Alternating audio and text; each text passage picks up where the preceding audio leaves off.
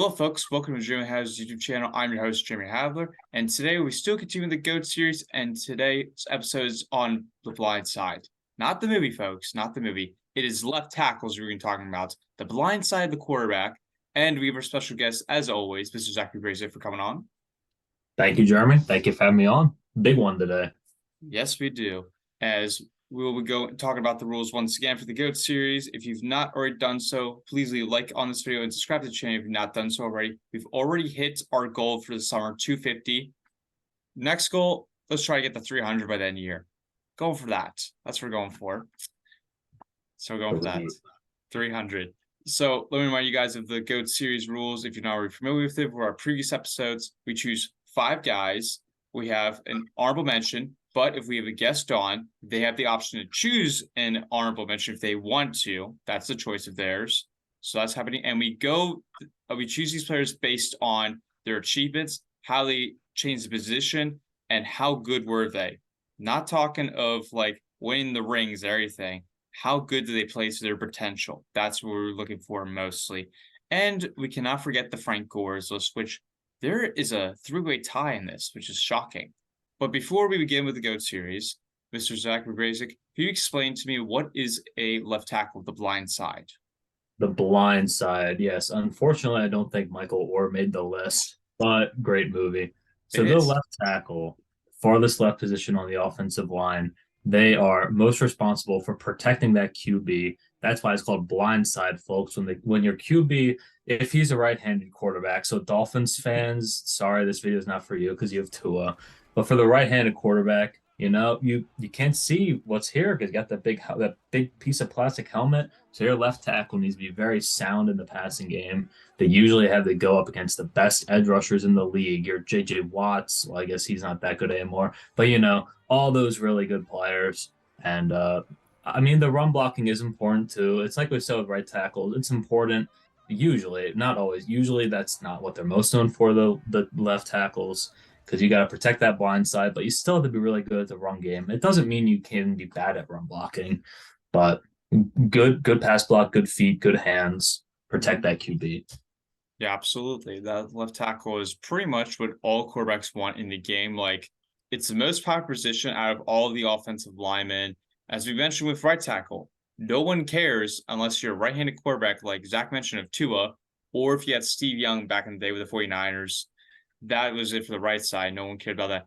Left tackle, too many guys. When we went through this of the list, there were too many guys we could even consider honorable mention. That's how big this position is and how popular it is. This is the best position, in my opinion, out of all of the offensive lines. So that's there.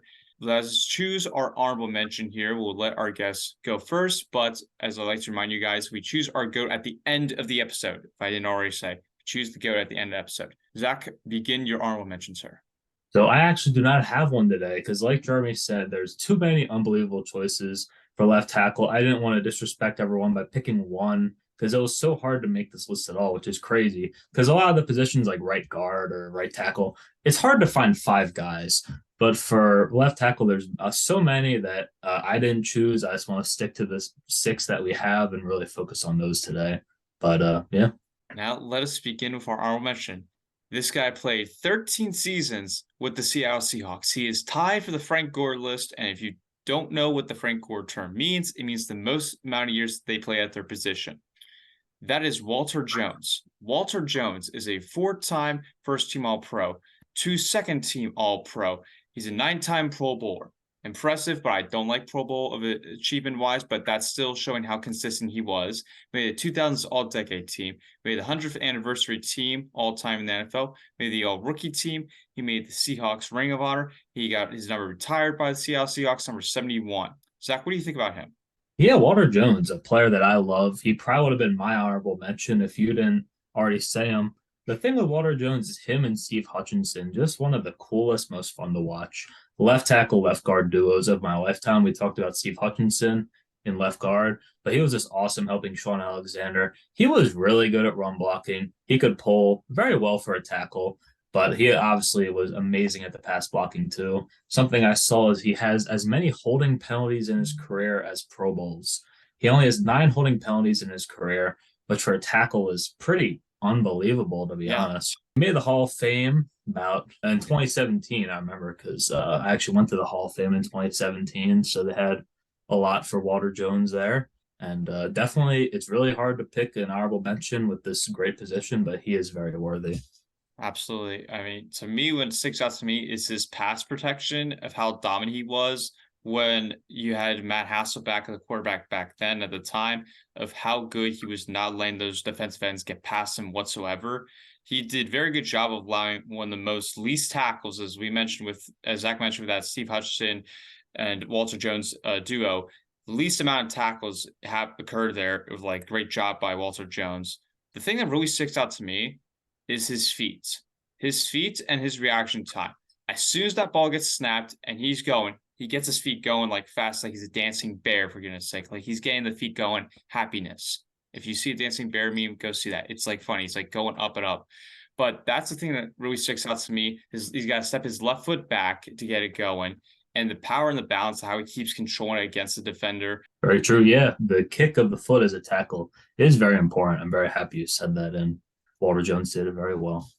Now we move on to our next guy. This guy played 11 seasons with the Baltimore Colts. That was the team back then. Now it's the Baltimore Ravens. I had to move it back a couple times, where here and there in the NFL history.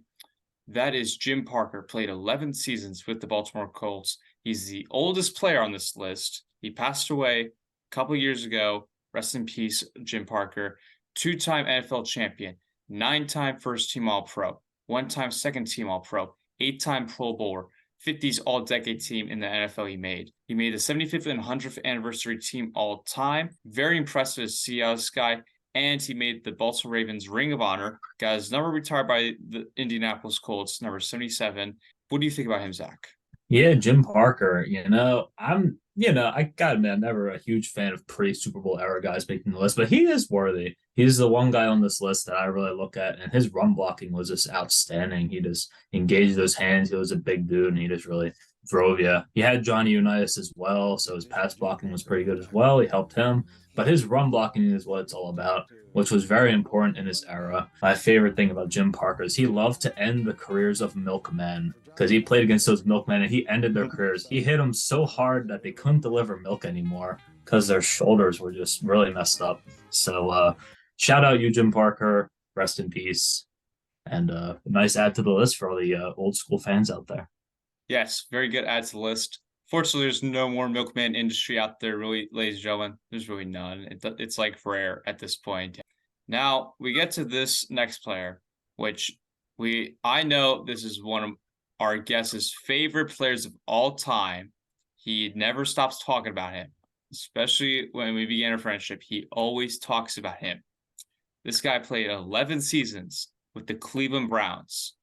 Joe Thomas. 6 first-team All-Pro, 2 second-team All-Pro, 10-time Pro Bowler, made a 2010 All-Decade team. He made the All-Rookie team his rookie year. He made the Browns Ring of Honor, and he's a Brown legend. And he just got inducted to the NFL Hall of Fame as of this moment just a couple of days ago, folks. What do you think about him, Zach?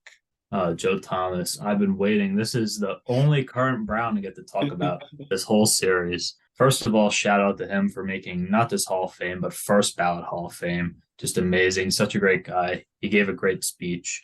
A fun fact about him, he's one of only 2 Hall of Famers ever to never play in a playoff game, which is pretty crazy to think about. I forget who the other one is. It was some Bronco, but only 2 Hall of Famers have never played in a playoff game. Pretty amazing. But I'll tell you, Joe Thomas was not the reason why we never made the playoffs. He was unreal for us for so many years. He was just a pass blocking legend. Went against so many amazing players, obviously, of the 2010s, J.J. Watt, Dwight Freeney early in his career. But the thing about Joe Thomas is 4 times a year he had to go up against Terrell Suggs and James Harrison, and he always just dominated them. He just always shut him down. Like something Joe Thomas loved to do is take away edge rushers' hands. I mean, obviously you can't just grab them like that. That's holding. But he would just try to get the hand, put it into the chest to just stop that motion and just make the defender flop like a fish on the ground. And he did it amazing. He played with 29, I think, quarterbacks. But for all of them, he gave the same amount of effort. amazing man. He was great in the run blocking game as well. Shout out Peyton Hillis. He really benefited from that. Not the fastest lineman, but he still could pull. He gave good angles. And he has the most career snaps in a row ever, 10,363. I mean, that's kind of luck because like his shoe could have fallen off or something, but still, that just shows that he's the ultimate Iron Man. One of only 5 players ever to have 10 straight Pro Bowls and just a amazing, amazing player. Cleveland legend. When you're tailgating in Cleveland, there's so many trucks and cars that have like Joe Thomas painted on the side, and it's amazing. He never gave up on the Browns. He didn't ring chase. He was like Damian Lillard until Damian Lillard requested a trade a couple weeks ago. That was Joe Thomas, and love him. I could talk forever, but I guess I'll stop. But thank you, Joe. Yeah, Joe Thomas really sticks out to me. I also love him on NFL Network too. Of hearing his analysis on offensive linemen is a thing that really sticks out to me. I really like him. Just as a player in general, Zachary mentioned, just a great guy. Everything, the technique, and I see today left tackles watch his film every day. They watch it to try and replicate how they can add to the game. Like David Bakhtiari mentioned with Pierre King on the Football in America on NBC, a video about that. You can go check that out. How he always adored Joe Thomas, of his technique and how he stepped back. He did try to break Joe Thomas's record. That didn't happen because Bakhtiari got hurt. But Joe Thomas, amazing player. I would say he's one of the greatest players in Browns franchise history. In my opinion, he's a top 3 franchise player in Browns history. I don't know about you, Zach, but that's it for me. And he's also a Wisconsin Badger, and I love Wisconsin Badger football. So shout out to Joe Thomas. Yeah, I mean, I think you're right. For me, I would even say second. I mean, you have Jim Brown, but I think he's second. Really wish he didn't get hurt because he could have played with Baker Mayfield. That sadly didn't get to happen, but legendary career. Let's move on to our next player here. This guy is also tied for the Frank Gore list. As we already mentioned with Walter Jones, he played 13. This guy also played 13. And this was with the Rams, the St. Louis Rams at the time, not the Los Angeles because of how it was moved in. This guy played the 90s majority of the time. That is Orlando Pace. Great name. You can go to Disney World in Orlando and Orlando Studios. Great place, great name. He definitely said he was going to Disney when he won the Super Bowl. He's a one-time Super Bowl champion, as I just mentioned. He said going to Disney. Made first team All-Pro 3 times. He made the second team All-Pro 2 times. Made the Pro Bowl 7 times. He made the 2000s All-Decade team. Zach, what do you think about him? Yeah, Orlando Pace, really interesting fact about him. It doesn't have anything to do with this list because it's college, but he was like second place in Heisman Trophy winning in college, which is that's never happened again for a lineman. He was just a freak of nature athlete, drafted first overall. I'm 99% sure, maybe second. He was just amazing. He really helped Kurt Warner. I mean, left tackles are important for every quarterback, but the ones it's most important for are pocket passers who don't move. And Kurt Warner was one of those. He did not run, so he needed a really safe pocket, and Orlando Pace gave him that. And he was a big man. He helped Falk a lot, a little before my era, but definitely a legend, fantastic player that needs to be on the list. Yes, absolutely fantastic player. His agility and the quickness too, as I mentioned, of the other guys, how quick they were of like getting that feed off. Like I was mentioning Walter Jones, so like getting that. That's just an amazing thing too. And the Folk thing, as Zach was mentioning, opening the holes up, and Kurt Warner. Now, the interesting thing with Kurt Warner, though, he started to be a runner when he was like in college and when he played in like the Canadian Football League and the other leagues. He always tried to be a runner until if he wanted to be making the NFL, he had to be pass protection. And the Rams helped him be a better like pass protection, like not run a lot, be more in the pocket and throw. And Orlando Pace helped him a lot. Now let's move on to our next player, which this guy played 12 seasons with the Baltimore Ravens, just short of a Frank Gore for a 4-way tie. That is Jonathan Ogden, one-time Super Bowl champion, 4 first-team All-Pro, 5 second-team All-Pro, 11 Pro Bowls. He made the 2000s All-Decade team, made the 100th anniversary team, made the All-Rookie team, made the Ravens Ring of Honor. Interesting fact about him before I give it to Zach. He was the first selection ever for the Baltimore Ravens franchise because the Baltimore Ravens became a new franchise in the 90s, and Jonathan Ogden was their first pick. What do you think about him, Zach? Brand new team. You can pick anyone, and you pick Jonathan Ogden. That's It says a lot about how important left tackles are. It also says a lot about how great Jonathan Ogden is. He was a, I've heard he's just a very like gentle, soft-spoken human, but when he's on that football field, he was a menace. He pass blocked amazingly. Those DNs just once they were in his grasp, they weren't getting anywhere. He could pull. He just had amazing strength to play inside, outside. Really could just do it all. And once again, a player from my least favorite team. There's lots of Ravens on these GOAT series, sadly, but he is one that I don't hate because I love tackles, and he even helped Trent Dilfer win a Super Bowl. So that definitely means a lot. Yes. And he is one of the reasons why the Ravens won that Super Bowl. If you don't have him, now it'd be a lot tougher for the Ravens to not win that Super Bowl against the Giants, even though they had a fantastic defense. But they had Trent Dilfer as the quarterback. And Jonathan Ogden was one of the main reasons to help Trent Dilfer not mess up in the game. One of the main reasons. So that was a huge accomplishment for Ogden there by taking an expansion team to help them out to win the Super Bowl is an amazing accomplishment to see from that. From the Cleveland Browns, which was they were technically by Art Mondo, and move it to Baltimore once again as becoming the Baltimore Ravens. All right, let's get to our last player here before we pick our ultimate GOAT. A lot of AFC North players we got up here. A lot of AFC North players we got. True. This guy is also tied for the Frank Gore list. Played 13 seasons with the Cincinnati Bengals. That is Anthony Munoz, one-time NFL Man of the Year. Made the first team All-Pro 9 times. 9 times. You don't see that very often. You don't see it very often. That was when the Milkman days occurred, as Zach mentioned, of when Jim Parker took out the Milkman in the game. 2 second-team All-Pro. 11 Pro Bowls. Very impressive.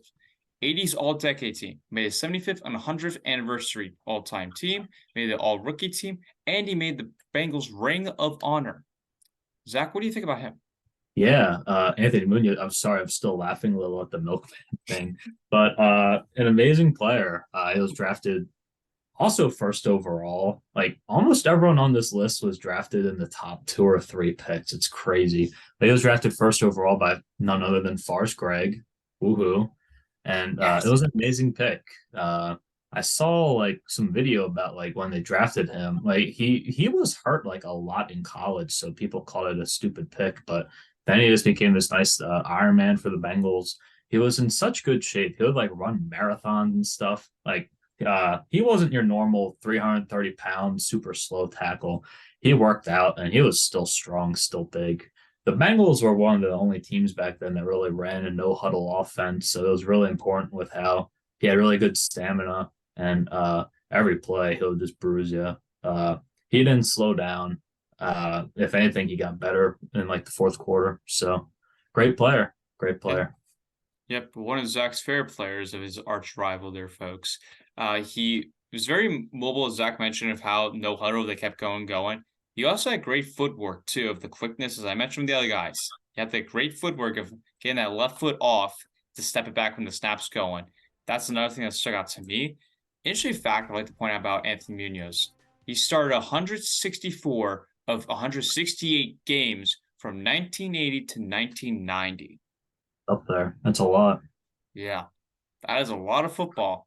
Most NFL players don't play that long of that amount of football games. They don't. They just don't. All right. Now we get to choose our ultimate GOAT here for the blindside left tackle. We let our guest of honor, Zach, get to choose first, and then I'll get to go. Zach, who do you think is the greatest left tackle of all time in the NFL? Who is your blindside? It is an honor that I proudly get to say that the greatest left tackle of all time, my ultimate GOAT, Cleveland Browns and Wisconsin Badger legend, Joe Thomas. Woo. Anthony Munoz fans are getting mad in the comments, but Joe Thomas just became a legend on such a bad team. And I know that like Super Bowls are something you look at, sure. But in my opinion, for a tackle, it's a lot harder to be great on a bad team, especially with bad quarterbacks. Because what do bad quarterbacks do? They just hold onto the ball too long. They get sacked too much. Teams try to blitz them to like make them scared. So, but Joe Thomas, even throughout the Browns offense was a joke for 90% of his career. but he just worked and he was just amazing. He perfected that craft. No one was stopping Joe Thomas. Now, the rest of the Browns team could very easily get stopped, but Joe Thomas was just that man. His attitude, his legacy. I think he's going to build a great legacy too on the network shows. He's doing great jobs on that. I just love him too much to not put him here. He did so much for my childhood and the city of Cleveland. So he's my GOAT. I mean, that's not my pick, but that's a very solid pick. I'm not gonna disagree on that pick for you, Zach. I respect that pick a lot because he's one of my favorite players at that position and one of like my favorite Brown players of all time. So I have to give it where it's credit to you because as you mentioned of him being on bad teams, and you can go look at that meme of Cleveland Browns where that guy has that shirt of how many quarterbacks, blah blah blah blah blah, except Baker Mayfield for a short time there in Cleveland. But you can go look through the list. He played through the majority of those guys. He played through them. So, yeah, I would respect Joe Thomas, but that's not my pick here. But before I get to my go, I also like to mention of Joe Thomas, like Dan Dierdorf, like John Hannah, as we mentioned on these GOAT Series episodes, they played on bad teams and they played amazing. They played on bad teams and they don't get the respect that they deserve still today, folks, as Zach mentioned. And Larry Fitzgerald, too. Let's not forget about him for wide receivers. Let's not forget about that. Now let's get to Micah. So for me, it's coming down to about two players, Joe Thomas and Anthony Munoz. Now, I already mentioned my love for Joe Thomas. I've already mentioned that. Anthony Munoz, now you could just look from the achievement perspective of how he got 9 first-team All-Pros. He went to 11 Pro Bowls in that time. He only missed the Pro Bowl 2 times during his career. And he made the 80s All-Decade team and making the other achievements too. But the thing that really sticks out to me with Anthony Munoz of how much of a great blocker he was of knocking out his opponents every single time. Whether it was the footwork was what I loved about him of when I researched about him more. That's the thing that stuck out to me, his footwork, the protection of his hands and how he used it, the pass protection. That's the things that really stuck out to me was Anthony Munoz. Those were the things that stuck out to me about him. So for me, I'm gonna have to give it to Anthony Munoz. I'm sorry, Zach, but I have to give it to him here. I believe Anthony Munoz is the blind side of all left tackles and quarterbacks. He's the greatest left tackle of all time, in my opinion. I can't blame you for that. I mean, I was hoping, but Munoz is a legend. And that officially means we only agreed on one GOAT for the whole offensive line. Shout out Jerry Kramer. Yes, we got that. Let's go. Woohoo! But folks, that does it here of our GOAT series. But before we head out, Zach, where can the folks find you? You can find me on Instagram at BSC Cards. Maybe I'll post my Joe Thomas cards soon if you go follow. Let's go. So go check him out there. I'll leave his Instagram and his YouTube channel down below in the chat here. Guys, who do you think is the GOAT? Who do you think it is? Is it Joe Thomas? Is it Anthony Munoz? Is it someone else? Maybe Dave Bakhtiari? Nah, it's not Dave Bakhtiari. But just put it out there. Put it out there, folks. Maybe Trent Williams, too. Maybe Trent Williams. Someone like that. He was good. He was good. He was very good. Mm-hmm. Not in the NFC Championship game, though. That's when he lost it. He lost it against the Eagles. But, folks, that does it here for another edition of the Jimmy Hadler YouTube channel and the GOAT series. We've completed the offensive line. Now we move on to some better positions here. We got fullback. Everyone's excited about that. Fullback. And we got tight ends. We got quarterbacks. And then for a bonus episode, we got coaches. Coaches. Forrest Gregg might be on there since he had Anthony Munoz. Maybe that. I don't know. He might be up there. But before we head out, once again, I'd like to mention, leave a like on this video. Rant in the comments section. I need those rants, folks. Need a rant about that. And subscribe to the channel if you've not done so already. We've already hit our goal. But I want to get more subs. I want those subs. Let's get it going. Hit the sub. Let's get it. That's a wrap here in the studio, folks. Have a great day. We'll see you next time. Peace.